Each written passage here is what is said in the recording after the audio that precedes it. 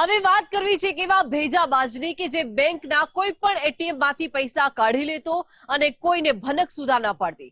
પાલનપુરમાંથી એક એટીએમ માંથી 8 લાખથી વધુની રકમ ઉપાડી લીધી અને આ ભેજાબાજને પકડવામાં પોલીસને સફળતા મળી છે।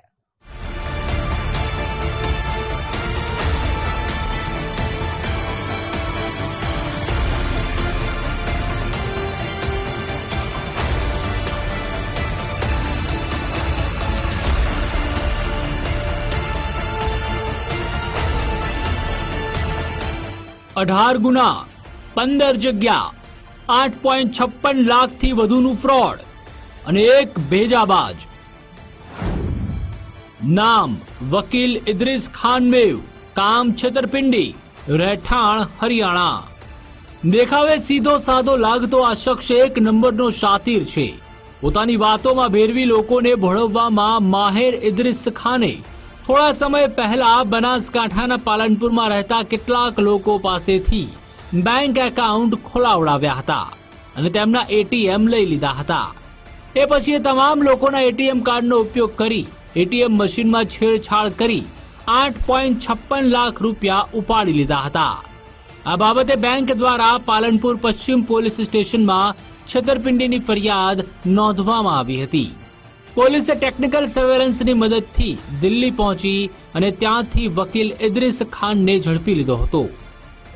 એસબીઆઈ બેંકની બ્રાન્ચના ADWM મશીનમાં અલગ અલગ બેંકના એટીએમ કાર્ડ નાખી એટીએમ મશીન તથા એટીએમ મશીનના ડેટા કેબલ સાથે છેડછાડ કરી બેંક ખાતામાં પૈસા ડેબિટ ન દેખાય તે રીતે અલગ અલગ કુલ 88 ટ્રાન્ઝેક્શનો કરી कुल अंके रुपया 8,65,900 पूरा रोकड़ में उपाड़ी लई एसबीआई बैंक साथे छेतरपिंडी करेली फरियाद टेक्निकल सर्विलन्स अने ह्यूमन रिसोर्सेस ना आधारे पकड़ी पाड़ी कायदेसरनी कार्यवाही करेली छे।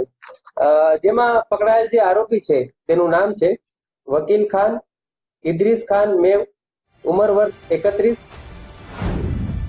बनासकांठाना पालनपुरमां एटीएम फ्रॉडनो उकेलायो भेद। बैंक साथे छेतरपिंडी करनार हरियाणाथी झड़पायो। 15 जग्याए 18 थी वधु गुना आचर्यानी कबूलात।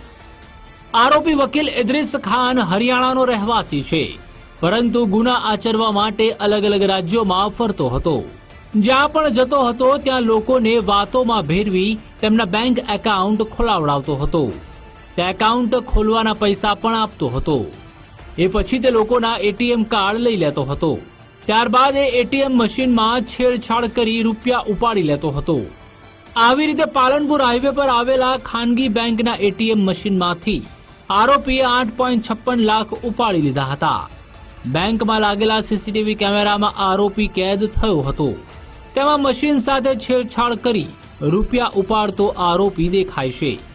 આવી રીતે ઇદ્રિસ ખાને રાજ્યના અલગ અલગ શહેરોમાં 18 જેટલા ગુના આચરેલા છે, જેમાં બનાસકાંઠામાં 3 અને અમદાવાદ, સુરત સહિત અન્ય 15 સ્થળનો સમાવેશ થાય છે। આરોપી સાથે આ કામમાં અન્ય 2 શખ્સો પણ સાથ આપતા હતા। તેમને પકડવા પોલીસે કવાયત હાથ ધરી છે।